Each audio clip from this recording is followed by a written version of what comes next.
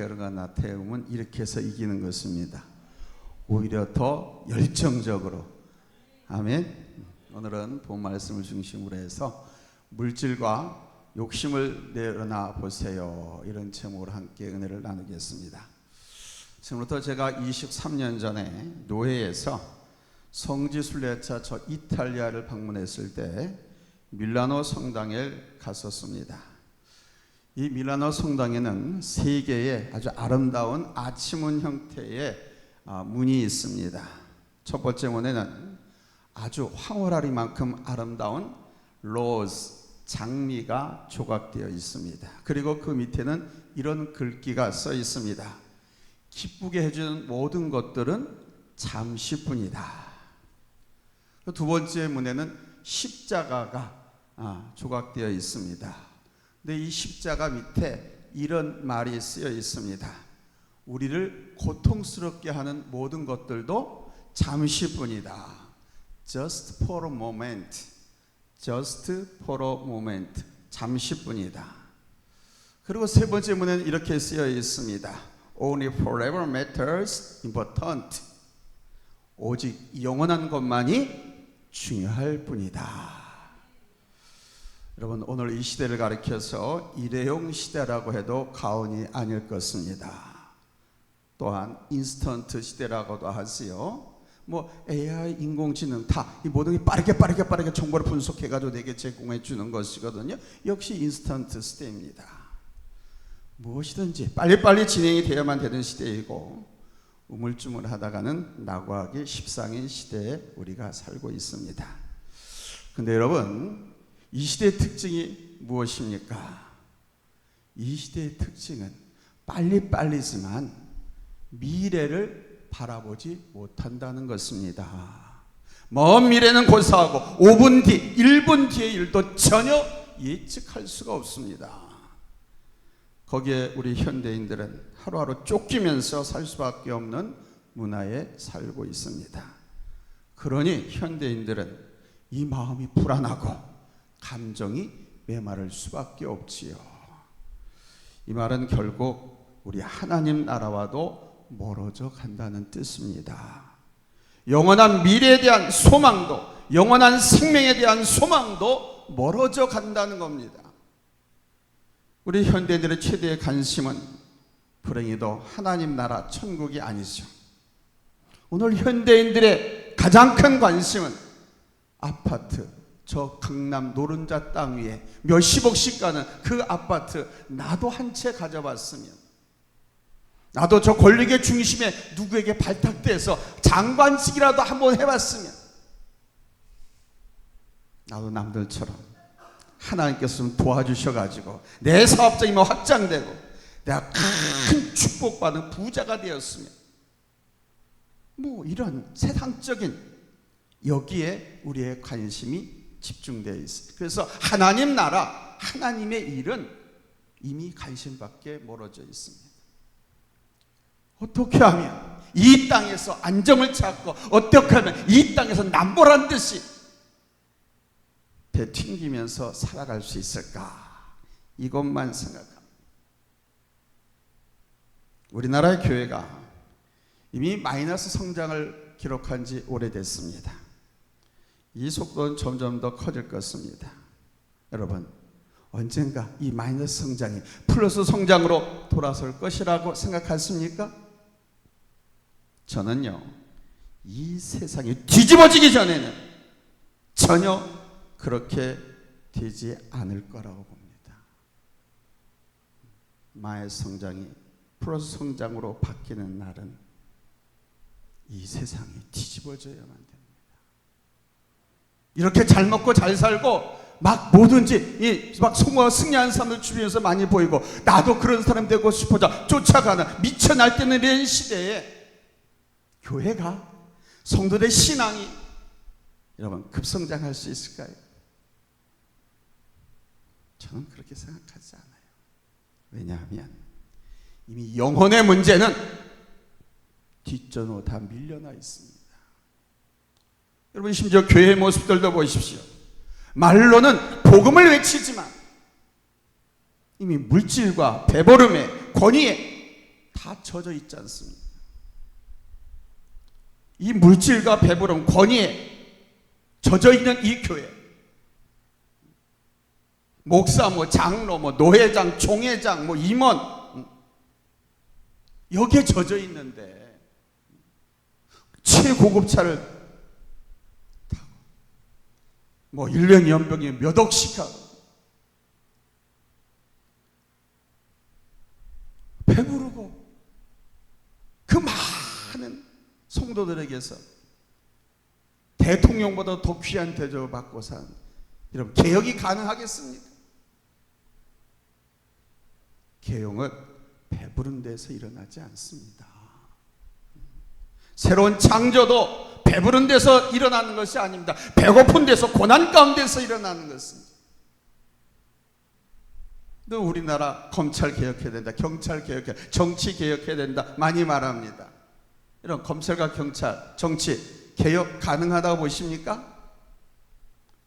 안 되기 때문에 항상 이 사람들이 개혁하자라고 부르짖는 겁니다. 될 수가 없습니다. 권력자들이 있고 서민이 있고 국민이 있는 세상이 뒤집어지기 전에는 불가능합니다.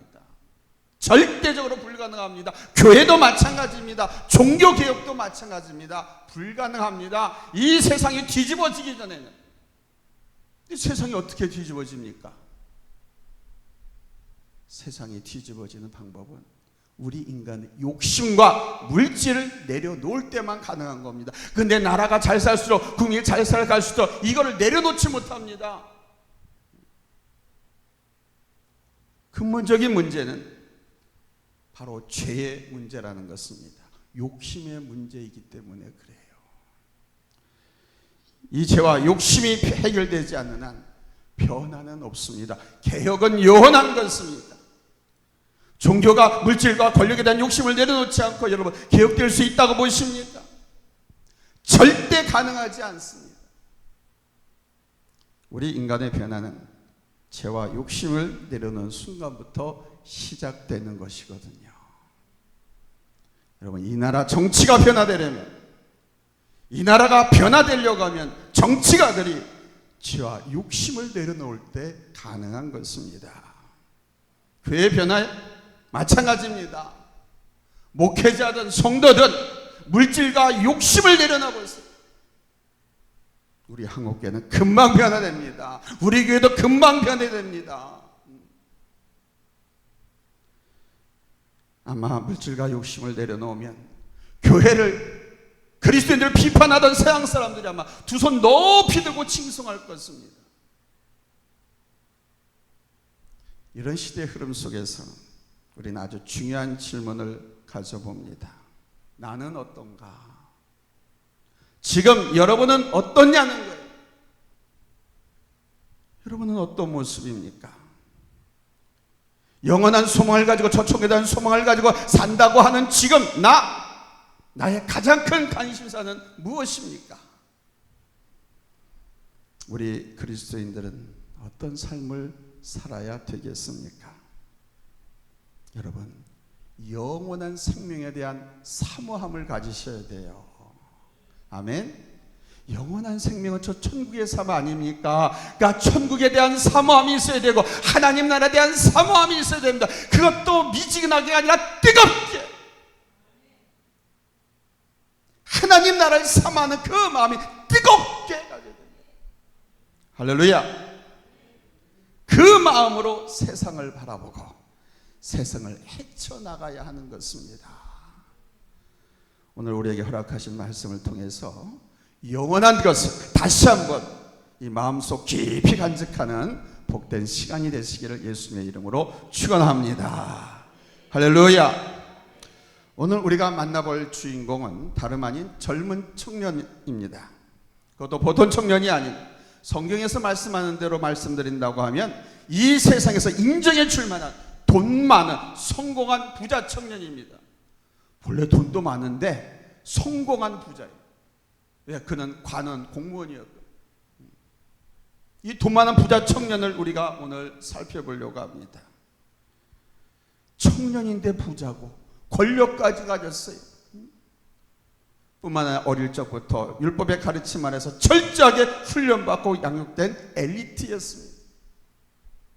정리를 해본다고 하면 이 청년 도덕적으로 윤리적으로 대단한 사람이었고, 세상적인 기준으로 볼 때 그 어떤 부족함도 없는 여유 있는 삶을 살아가는 사람이었습니다. 요즘으로 말하면 최고의 1등 신랑감입니다. 사윗감이에요.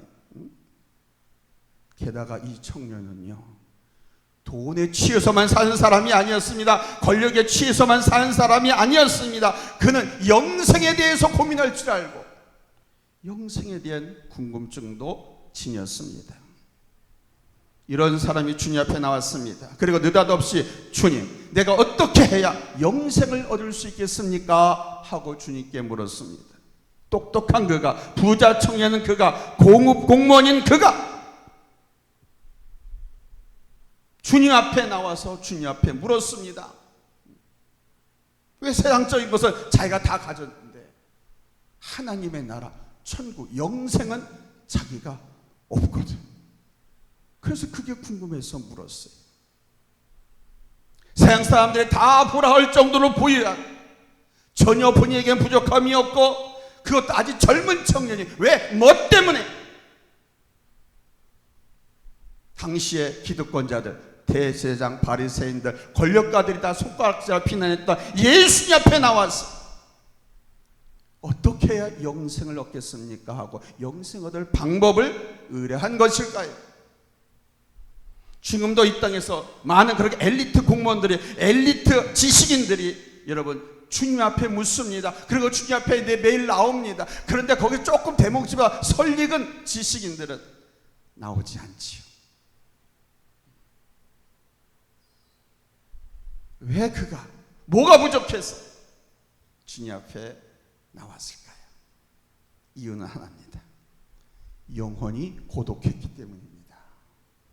영혼이 고독한 것은 그의 인생이 고독하다는 겁니다. 부자인데, 관원인데, 부러워할 것이 전혀 없는 사람인데 영혼이 고독했어요. 뒤집어서 말하면 영혼이 고독한 것은 그는 부자였지만 부자가 아니었고, 그가 관원이었지만 관원답지 않게 삶을 살지 못했다는 겁니다. 영혼이 고독하다라고 하는 것은. 왜? 거기서 만족함을 얻지 못했기 때문에. 전서서 3장 11절에 보면 하나님이 모든 것을 지으시되 때를 따라 아름답게 하셨고 또 사람들에게는 영혼을 사모하는 마음을 주셨느니라. 그러나 하나님이 하시는 일에 시종을 사람으로 측량할 수 없게 하셨도다 라고 말씀하셨습니다. 우리가 알 수 없게 하셨다는 겁니다. 하나님이 하시는 일에 대해서.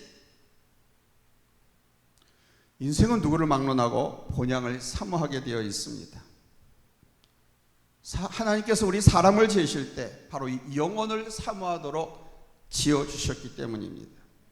그래서 그분의 섭리하에서 이 부자 청년 영생에 대한 간절함을 가지고 주님 앞에 나온 것입니다. 짐승들도 죽을 때가 되면 태어난 곳으로 돌아간다고 하지요. 우리의 본향은 어디입니까? 저 천국입니다. 하나님께서 태초에 천지를 창조하실 때 우리 사람의 모양으로 흙을 빚으신 다음에 사람이 그 코에다가 훅 하고 하나님의 생기를 불어넣으셨어요. 그리고 놓았더니 걸어가요. 생명이 된지라. 아멘. 그러니까 우리 코에 하나님께서 생기를 불어넣어 생명이 되게 하신 것, 그것이 바로 우리의 고향입니다. 그러니까 우리 고향 어디? 하나님 나라, 하나님 품인 것입니다. 죽은 존재를 바로 살아있는 영으로 만들어주신 우리의 창조자, 우리의 근원자, 우리 하나님을 향한 그리움이 모든 인간에게는 다 있는 거예요. 그런데 그 중에 조금 유식한 채 하는 놈들이 그거를 무시하고 외면하는 겁니다. 그런 게 뭐가 있냐? 없다라고. 조금만 아는 거죠. 자기 깐에는 석박사기를 몇 개 갖고 있는지 모르지만 조금밖에 모르는 겁니다. 눈에 보이고. 참고로 아십시오. 박사라고 하는 것은요, 어느 한 부분에 대해서만 알지 다른 부분 전혀 몰라요. 얼마나 이해되십니까? 박사가 원래 많이 안다, 넓게 깊게 안다는 게 넓을 박자거든. 그런데 실제 박사는요, 그 분야에서 박사 학위를 딴 그 분야만 알지 나머지는 몰라요. 그러니까 박사가 아니었다면 협사합니다. 그런데 하나님을 믿지 않는 사람들은 그 박사 학위 하나 가지고 자기가 뭔 걸 다 안다라고 교만을 떠는 거예요. 영적인 세계에 대해서 무시하고 비난하는 거예요. 그러나 영혼을 사모하는 마음, 본래 하나님께서 우리를 당신의 생기를 불어넣어서 사람을 만드셨다는 것을 알고 깨달은 사람들은, 하나님을 믿는 자녀들은, 내가 알고 있는 것은 하나님께서 우리 인간에게 밝히시고자 하는 지혜, 지식에 요만큼도 안 된다라고 알고 겸손하게, 하나님 내가 모르는 것을 더 알게 해 주옵소서, 내게도 계시해 주옵소서 하면서 기도하고 구하고 찾고 말씀을 연구하고 그래요. 아멘. 그런데 대먹지 못한 것들이 그렇게 뭐 힘이 있네, 학위가 있네 하면서 그렇게 교만을 떠는 겁니다. 문제는 바로 이런 사람들 속에 세상에 취해서 살다 보니까 인간에게 있는 이 영혼의 고향, 영혼에 대한 안식까지도 다 빼앗겨버리고 살아가는 겁니다. 그런데 이 부자 청년은 바로 영생에 대해서 고민했다는 겁니다.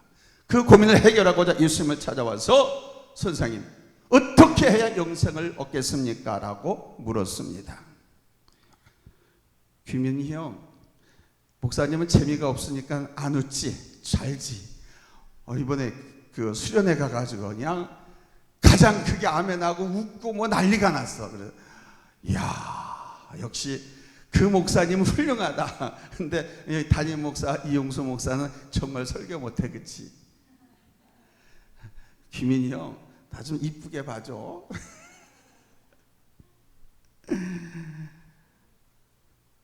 우리 주님께서 그 똑똑한 성공한 부자 청년이 묻는 그 질문에 아주 간단하게 답변을 하셨죠. 20절 말씀에 내가 계명을 안 하니 간음하지 말라, 살인하지 말라, 도둑질하지 말라, 거짓 증언하지 말라, 내 부모를 공경하라 하였느니라, 이렇게 대답했습니다. 왜 이 말씀하신지 아십니까? 이 부자 청년, 성공한 청년이 어떻게 하면 영생을 얻을 수 있겠습니까? 하고 묻는 질문에 이 대답을 하신 거예요. 영생이라고 한 것과 지금 간음하지 말라, 살인하지 말라, 도둑질하지 말라, 거짓 증언, 내 부모를, 이건 살아있을 때 세상에서 하는 일 아닙니까? 지금 이 청년 영생, 영혼에 대한 것을 질문했는데 어떻게 보면 서로 생뚱맞은 질문과 답을 주고받은 거예요. 그런데요, 신기하게도 이 청년이 뭐라 그런지 압니까? 아주 자신있게 대답합니다. 21절에 여짜오되 이것은 내가 어려서부터 다 지켰나이다 그럽니다. 그러니까 그 정도 율법은, 아이고 주님이 하신 그 정도 율법은 내가 다 지켰습니다 그러는 거예요. 아주 자신있게. 아니 주님, 영생을 얻는 것이 이 정도로 된다고요? 아이고 저는 다 지켰습니다. 아주 자신있게 대답을 합니다. 그러나 우리 주님께서는 계속해서 영생을 얻기 위한 말씀을 하셨죠. 그런데 어떤 말씀을 하셨는지 23절에 보니까 그 사람이 큰 부자이므로 이 말씀을 듣고 심히 근심하더라. 그러니까 부자 청년, 성공한 청년이 큰 부자였기 때문에 근심하며 돌아갔다, 이렇게 성경은 말씀합니다. 왜 그랬을까요? 왜 근심하며 돌아갔을까요? 그 똑똑한 성공한 부자 청년이, 힘 있는 그 부자 청년이 그 답을 얻고자 주님 옆에 나왔는데 근심하며 돌아갔어요. 여러분, 이 부자 청년 같은 상황이 여러분에게 펼쳐진다면 어떤 행동을 취하시겠습니까? 많은 사람들이 처음 주변의 성도들의 초청으로 전도를 받고 교회를 왔다가 교회에서 목사님께서 뭐 이런저런 설교, 너희 그렇게 살면 안 돼. 근데 그 설교에 딱 걸려가지고 나 교회 안 나가고 그 다음부터 너 나가라 하면서 안 나온 사람들이 있어요. 교회 다 우리 목사님 설교 너무 잘 은혜서 너무 좋아, 한 번만 들어봐, 한 번만, 아무튼 그렇게 꼬셔가지고 데려왔잖아요. 근데 또 와서 들어오는데 목사님이 그러는 거야. 그 나이 먹은 늙은이들 말아 그냥 전도하러 좀 나오고 또 교회 예배 드리러 나오고 기도하러 나오고 그러지, 그 집구석에 처박혀가지고 왜 잠이 나자? 자빠져가지고 말이야. 목사가 어린 놈이 연세 있으신 아버지 어머니한테 자빠져 잠이나 잔다고? 나 다음부터 교회 안 나가. 그리고 교회 안 나오고 나가는 사람들이 있다. 안 나온다 이게. 지금 이 부자 청년이 지금 그 꼴인 겁니다. 그렇게 말한 다 이유가 있는 거거든요. 그 사람이 정말 문제를 들춰내고 그들의 영혼 문제를 해결해 주려고 그런 말씀을 하는 건데 이 청년은 여기에 걸렸어요. 그래서 그냥 근심해서 돌아갔다 그럽니다. 자, 여러분 같으면 어떻게 하시겠습니까? 여러분들은 제가 보니까 지금까지 제가 정말 직선적인 설교를 꽤 많이 하거든요. 쉽고 간단하게 부드럽게 한다고 하지만은 정말 하나님 말씀이기 때문에 가감 없이 저는 많이 했어요. 근데 여러분들은 그걸 다 아멘으로 받아들이고, 사람의 말이 아니라 하나님의 음성으로 듣고, 여러분들 다 그걸 이기고 소환해 여러분 신앙을 성숙해서 왔기 때문에 지금까지 여기 있는 겁니다. 그렇지 않은 사람들은 다 시험에 들어요. 다시 한번 여러분 생각해 보시기 바랍니다. 이 부자 청년 같은 상황이 여러분에게 펼쳐진다. 나는 어떤 행동을 할까? 이 청년이 그럴 수밖에 없었던 이유는 첫 번째 대지입니다. 바로 이 영생이란 것에 대해서 잘못된 오해를 갖고 있었기 때문입니다.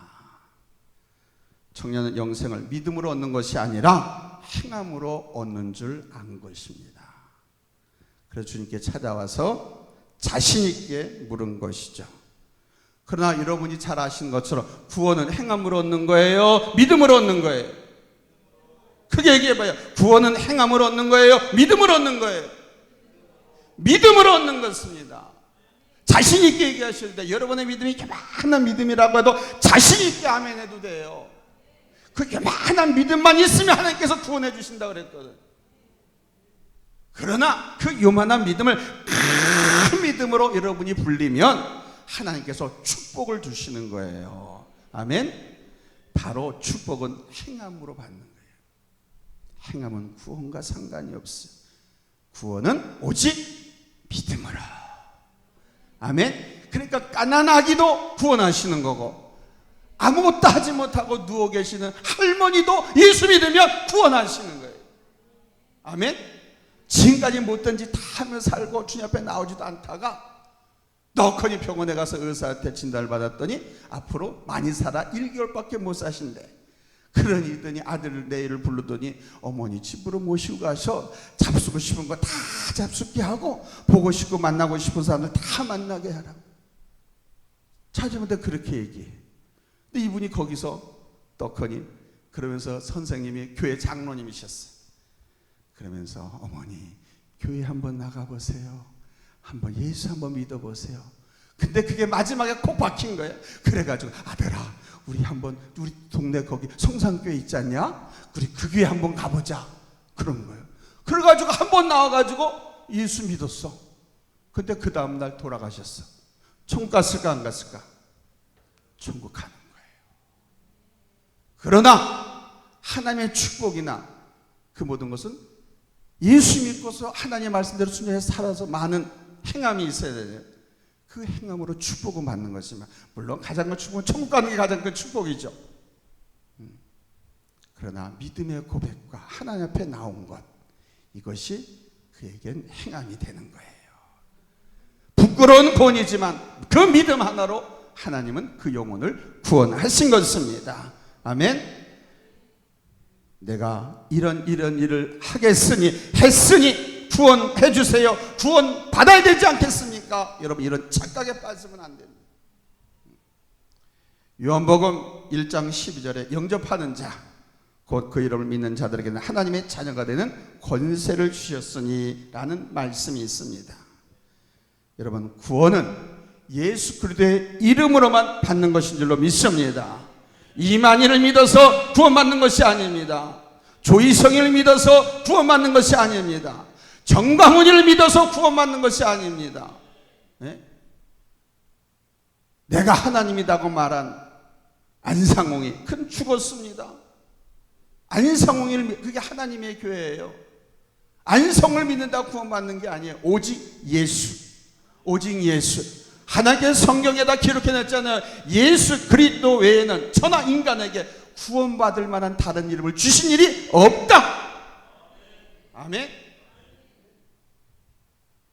나의 힘과 능력으로 받는 것이 아니라, 나의 권력과 재물로 받는 것이 아니라, 헌신과 순종으로 또 헌금으로 받는 것이 아니라 오직 값없이 하나님께 주시는 은총이고 은혜이고 선물인 줄로 믿습니다.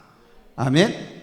그러면 헌신하고 막 헌금하고 막 그러는 거는 뭐냐? 그거는 구원해 주셨으니 감사해서 하나님 앞에 헌신하는 것이고, 구원해 주셨어요. 하나님의 자녀 담아 주셨으니 하나님의 자녀가 되면 더 놀라운 약속들을 축복으로 약속하고 있잖아요. 그걸 믿으니까 하나님 앞에 막 집도 바치고, 예. 우리 저 김종훈 장로님 마냥 교회 거죽한다고 하니까 1억 떡하니 그냥 헌금해 버리잖아요. 예. 그렇다고 1억 헌금했다고 해가지고 빌어먹고 삽니까? 아닙니다. 하나님께서 놀라운 은총을 허락하셨습니다. 저 집에 귀한 며느리가 들어왔잖아요. 예?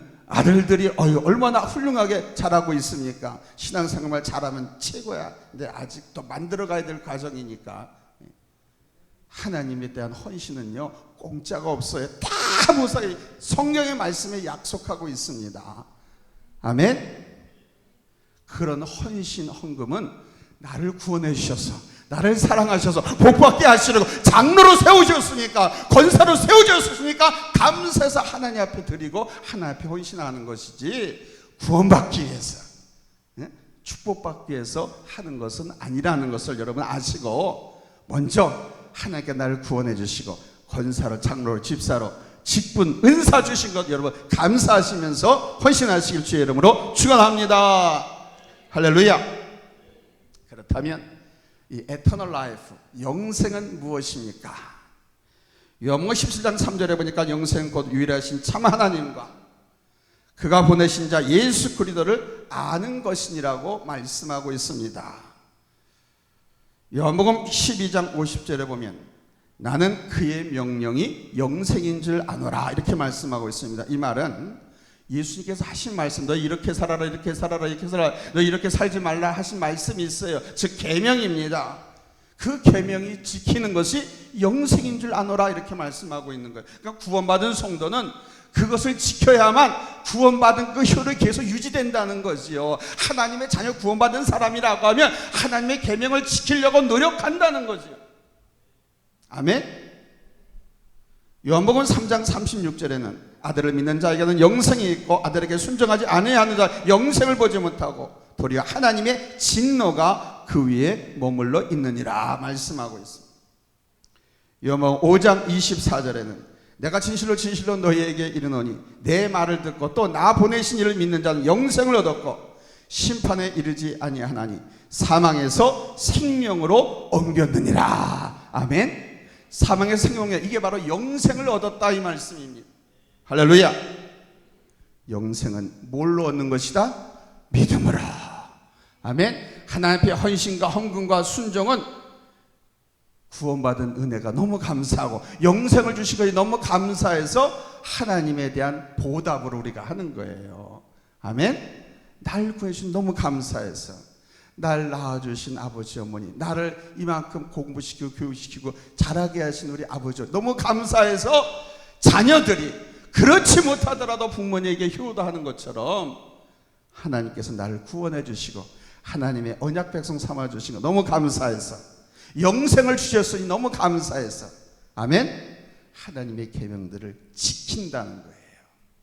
아멘. 두 번째로 우리 성도들은 이 영생의 소중함을 깨달아야 됩니다. 너무 정말로 치받치고 피말리는 이 경쟁사회 속에 살다 보니까 오직 육적인 것, 물질적인 것, 여기서만 다 매몰되어 있어요. 그러다 그 물질인 것이 없어지고 주가 폭락하고 내가 갖고 있는 수만 주가 다 휴지조가 되어버리니까 큰일 난 거예요. 왜? 그거 대출 받아가지고 주식을 살았는데, 그러니까 어떻게? 거기에 미쳐있다 그게 다 휴지조가 되어버리니까 그냥 저 한강다리 찾아가고 25층 아파트 꼭대기에 올라가고, 아니면 극약, 극적인 그런 선택을 하는 거예요. 영생에 대한 소중함을 모르니까 우리 인간의 삶은 영혼과 육체 이 두 가지로 구성되어 있거든요. 우리 인간이 이 고기 덩어리만 있는 이 육이 인간이 아니거든요. 이 육과 육체와 영혼, 하나님께서 훅 하고 인간의 생기를 불어넣으신 이 영혼, 이 두 가지가 합쳐야 살아있는 사람이거든요. 오늘 본문의 청년이 왜 근심하며 돌아갔습니까? 이 청년 영생에 대한 관심은 있었지만 이 영생의 소중함을 몰랐기 때문입니다. 관심에서 귀하고 소중한 것을 알면 그것이 없으면 내가 사람다운 사람이 아니다, 인간답지 못하게 산다 라고 하는 것을 알면 그냥 돌아가지 않죠. 육적인 것에 아유 너무 아까워서. 근데 이 영생에 대한, 영혼에 대한 소중함을 몰랐습니다. 그러니까 영생과 이생 사이에서 어떤 것이 더 궁극적이고 어떤 것이 더 프레시어스한 것인지 결단을 내리지 못한 겁니다.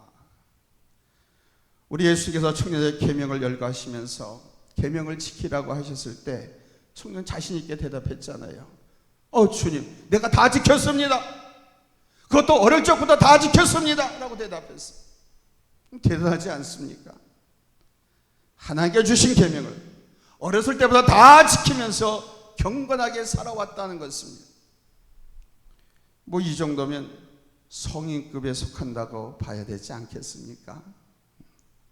거의 성자처럼 살아온 것입니다. 그럼에도 불구하고 우리 주님께서 하신 말씀을 보세요. 오히려 내게 부족한 것이 있다 이렇게 말씀하십니다. 자, 보면 22절로 23절 찾으면 아멘 합니다. 합독합니다. 시작. 예수께서 이 말을 들으시고 이르시되 내게 아직도 한 가지 부족한 것이 있으니 내게 있는 것을 다 팔아 가난한 자들에게 나눠주라. 그리하면 하늘에서 내게 보화가 있으리라. 그리고 와서 나를 따르라 하시니 그 사람이 큰 부자이므로 이 말씀을 듣고 심히 근심하더라. 내가 영생을 얻으려면 내가 가지고 있는 그 재산을 다 팔아서 가난한 자들에게 나눠주라. 그리하면 하늘에서 내게 보화가 있으리라. 사실 이 말씀의 중요한 포인트는 하늘에서 보화가 내게 있으리라, 이게 더 중요한 것인데 이 청년은 이 말을 놓쳐버린 거예요. 앞에 말만 근심한 거예요. 뭐 내게 있는 것을 나눠주라고?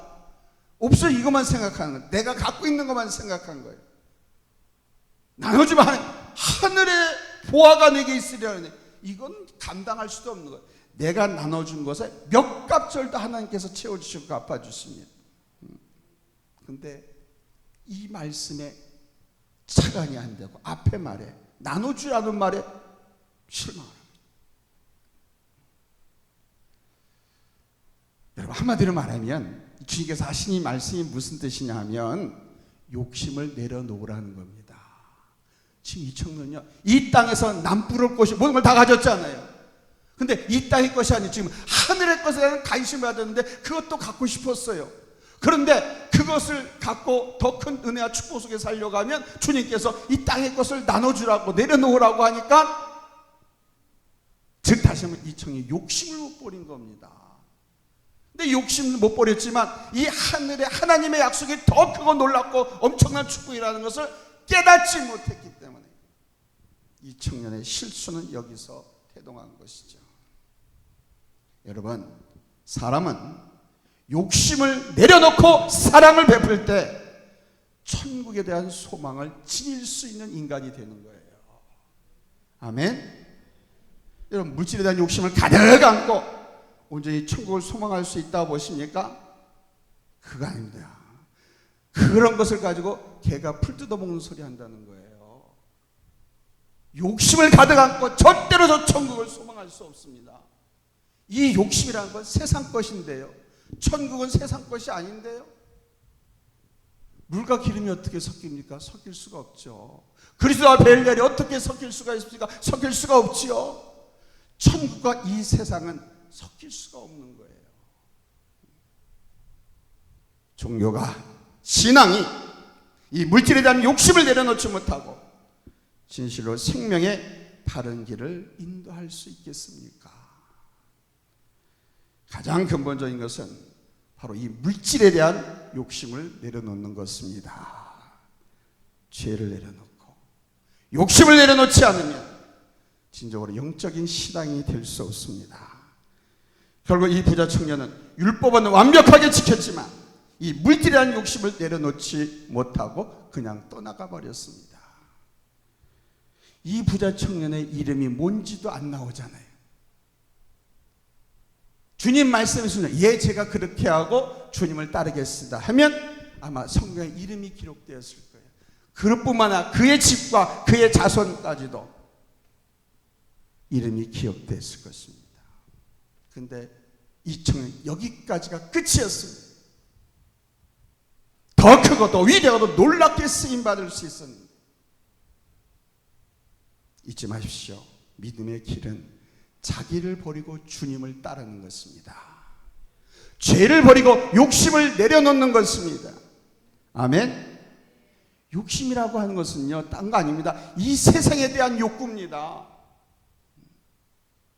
얼마 전 여러분도 보셨겠지만 불교계 거물급인 한 승려가 비리와 부정을 폭로했습니다. 그 불교에 여러 승려들이 해로 몰려다니면서 호텔에 모여가지고 거액의 도박을 했다는 거예요. 한 번 판돈이 수억씩 하는, 그걸 폭로했어요. 자기도 그 중에 같이 섞였었다고 폭로했어요.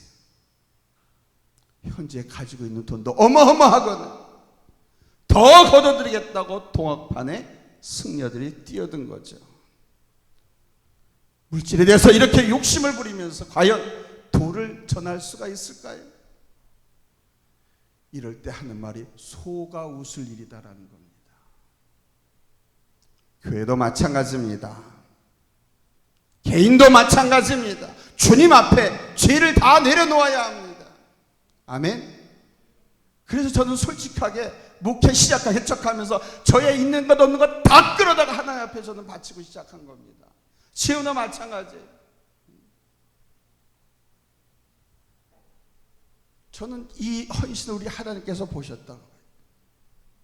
나를 살려주시겠다. 네가 목회를 하면 이 약속 하나로 저는 하나님 앞에 너무 감사하고 기뻐서 죄다. 늘 저는 자신 있게 얘기해요. 교회의 주인은 하나님이시라고. 아멘. 많은 그래요. 목사님 아니냐고 얘기. 아니에요. 하나님이십니다. 교회는 누구의 집이다? 하나님의 집이다. 할렐루야. 아멘. 욕심을 다 내려놓아야 됩니다. 욕심을 내려놓을 때 비로소 영의 것이 보이고, 욕심을 내려놓을 때 생명의 소중함이 보이고, 욕심을 내려놓을 때 우리 하나님의 나라가 정말로 내게 귀하게 다가오는 것입니다. 여러분이 갖고 있는 그 욕심을 내려놓으면 하나님의 나라, 하나님의 것이 내게 다가와. 그러니 여러분이 내려놓은 욕심만큼 하나님의 나라가 귀하게 다가오는 거예요. 근데 이것이 안 내려놓으면 하나님의 나라가 별 볼일 없이 보여. 그래서 소중함을 몰라. 사모하지도 않아. 여전히 이 세상에 빠져서 도취해서 이 세상에 그냥 그렇게 그럭저럭 살아가다 하나님은 엄청 이만한 것을 준비하고 내게 주려고 기다리고 있는데 이 욕심을 내려놓지 않으니까 이 오늘 부자 청년 마냥 거기서 인생 끝!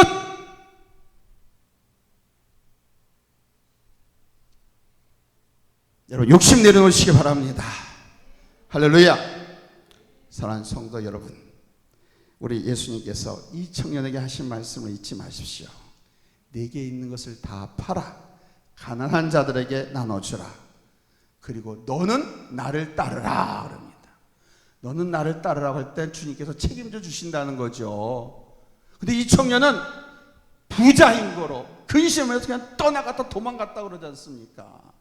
너는 나를 따르라고 했는데, 따르면 베드로처럼, 따르면 야고보처럼, 따르면 그 지방과 후손들을 대대로 하게 축복하시고 크게 사용하시는 거 아닙니까? 나를 따라가 하는 욕심을 내려놓으라는 것입니다. 너한테 가장 소중한 것이 뭐냐? 그것을 베풀어 주라는 것입니다. 주님 앞에서 욕심을 내려놓을 때 비로소 똑바로 서는 성도가 될 수 있는 것입니다. 성도 영어로 세인트라고 합니다. 세인트, 성도, 거룩할 성, 무리도자거든요. 그러니까 예수 믿는 거룩한 성도, 거룩하다고 하는 것은 믿지 않는 서양 사람들과 분리된 사람들, 다른 사람들, 믿지 않는 자식놈들하고 다른 사람, 그게 성도예요. 근데 한 집에 살아도 믿지 않는 사람은 성도가 아니야. 세인트라고 그래. 세인트는 우리말로 또 뭐라고 번역을 하기도 하면은 성인, 성년이라고도 번역해요. 이게 거룩한 성도라는 거예요. 바로 욕심을 내려놓을 때 이런 성년, 성인, 성도가 될 수 있는 것입니다. 욕심을 바로 내려놓을 때 교회는 바른 교회가 될 수 있고, 정치가는 바로 서는 정치가 될 수 있는 거예요. 이 시간 내 마음의 죄와 욕심을 우리 주님의 십자가 앞에 다 내려놓으시길 예수님의 이름으로 축원합니다. 할렐루야. 아멘. 주님의 십자가 앞에 욕심을 다 내려놓아가는 이 주님의 음성이 여러분들에게 분명하게 들려주시기를 예수님의 이름으로 축원합니다. 그리고 그 청년에게 주님께 말씀했습니다. 그리고 너는 나를 따르라. 아멘. 이 음성까지 들려주시길 예수님으로 축원합니다. 아멘. 이 음성까지 들려지고 이 음성을 따라 순종하면 우리 하나님께 다 책임져 주신다는 거예요. 아멘. 더 큰 은혜와 더 큰 축복과 더 큰 승리, 더 큰 성공을 꿈꾸면서 살아가려고 하면 욕심을 내려놓고 주님 말씀에 순종하는 길밖에 없는 줄로 믿으시기를 예수님의 이름으로 축원합니다. 할렐루야. 기도합니다.